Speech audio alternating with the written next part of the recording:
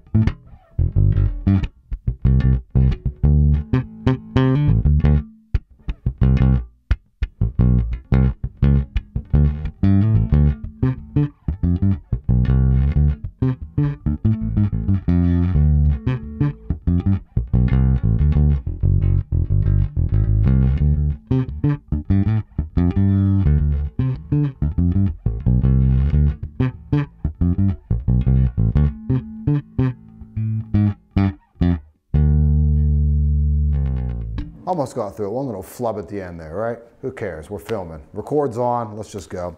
What's up, everyone? Anthony here at Empire Music. And like I said at the intro, this video and this brief series of videos that I'm doing here in the shop are really just showcasing two instruments at a time. We're comparing, we're contrasting. We're really talking about some of the nuanced differences that we see between kind of similar basses, right? So what kind of happens here, obviously working in a music store, we have the luxury, every one of us here, in not necessarily downtime, but as we close up the shop, you know, we relax a little bit, grab an instrument, grab a guitar, grab a bass. I grab a guitar sometimes. We'll never, ever film any of that. I would lose all my credibility to all of my viewers out there if you heard me play guitar. But I get a chance to play some basses, right? And in those moments, it's kind of interesting because you forget, at least I forget about some of the inventory that we have here. I get a chance to refamiliarize myself with some instruments that I thought I liked and maybe I don't like so much, things that I didn't think I'd like and I actually like more. And also just to have, I'm a firm believer in like having a moment with an instrument, right? So if you're coming in to try an instrument, or if you're playing your friend's instruments at rehearsal, or whatever the case may be, having kind of, not to get too existential with it, but like to have kind of a little open mind and be sort of in the moment with the instrument. In my case, it's usually a bass.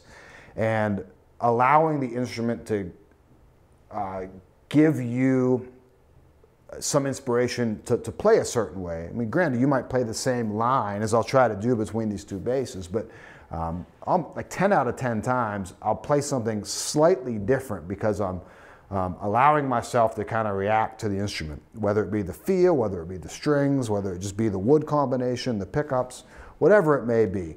But really, the focal point and the lens that I want to portray in this video to you is looking at two different things here. So first, they're both P basses, but I want to look at the sonic differences that you might hear, that I hear in playing it, between a maple fretboard and a rosewood fretboard, and then the pickups. So we have our Empire 58 pickup in this.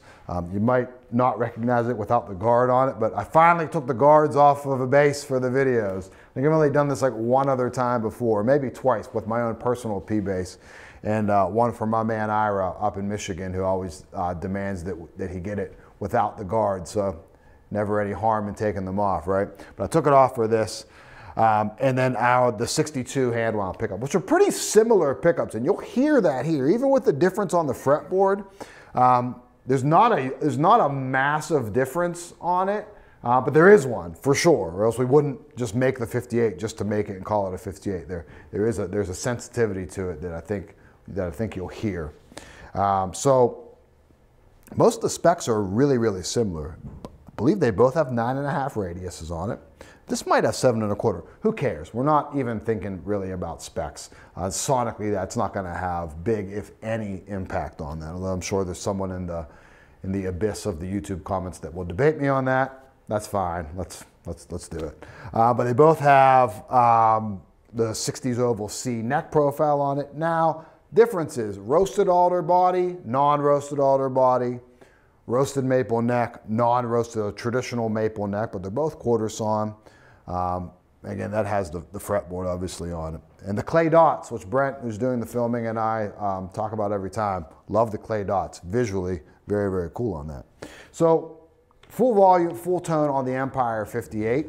We're just gonna go through some finger style. We'll go through a couple different playing techniques. We'll do some palm muting and some pick playing. And then we'll jump over to the 63. Again, we're really just listening to it. I'm gonna give my take on like kind of the feel of the pickup, not really thinking about any neck profile or fretboard or radius or really anything other than what my ears are hearing and how I'm kind of reacting to that in my playing.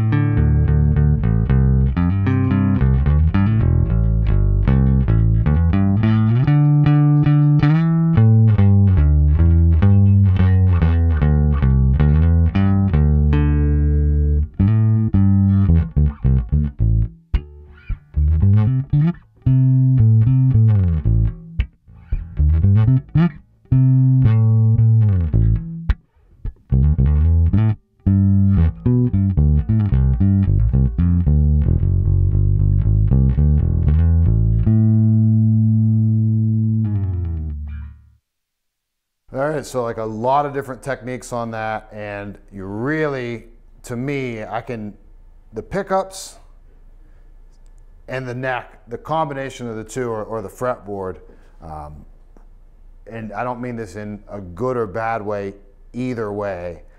Obviously, I'm partial to the Empire 58 because I had a large hand in designing it. We sell a lot of them. That's the bass that I personally play. But there are some major, major benefits to both of them. I mean, they both sound incredible. You really do hear, they both have pretty fresh strings on them. You really do hear the mellowness of the rosewood. Really sets these apart, because essentially you have a slightly hotter pickup in this, actually, even though to me, my touch and my style of playing, this was a mellower sounding bass to me overall. So getting that from the rosewood, a slightly hotter pickup, a slightly less powerful pickup in that, but paired up with the maple on that, it gives it that high-end bite, especially when we start to dig into it. I love that out of a P bass. It really is, to me, like, that's the P bass sound that I really like. But I could totally add a rosewood fretboard P bass into the collection, and it mellows it out substantially on that. And I really enjoyed comparing them. I enjoyed them both respectively. This made me play things slightly different phrasing, and the feel, it definitely felt softer to my hand here. That's something that I think gets overlooked a lot when we think about maple versus rosewood. Everyone thinks instantly of sound, and you can hear there that that's a huge factor in it. But it's also, I feel like a maple board, it absorbs less shock because it's a harder wood, denser pores. It feels faster to me. A rosewood board feels a little bit slower to me, and that comes across in the tone and how I play them. But I really, honestly, I'm not just saying this because we sell both these basses, really, really enjoyed that comparison, because there was such a drastic difference, I feel like, tonality with it through all the types of playing in that, and the attack changes, and was he playing with a pick, playing slap. I mean, you could really hear the mellowness of that rosewood and what that imparted on that. And that was full tone on everything there. This almost sounded like you had some, naturally had some tone rolled off. When we get a chance to A-B them, that stuff really comes to life. If we were just A-ing it, so to speak, and I only had this, you might not pick up on that nuance there of how mellow rosewood can make a P-bass sound. Very cool though. So it's fun to do these comparisons. Do you have any questions at all, or just have any insight into the stuff? Give me a call at the shop, 412-343-5299. Feel free to comment below. What did you hear? What do you prefer? How do you interpret it? Do you have a maple board and a rosewood board in your personal collection? In what area do you use them or not use them? How do you make that decision? Do you put flats on one, rounds on another? You know, how do you think about it? So you can also just email me at anthony@empiremusic.com. Thanks for watching. We'll see you next time.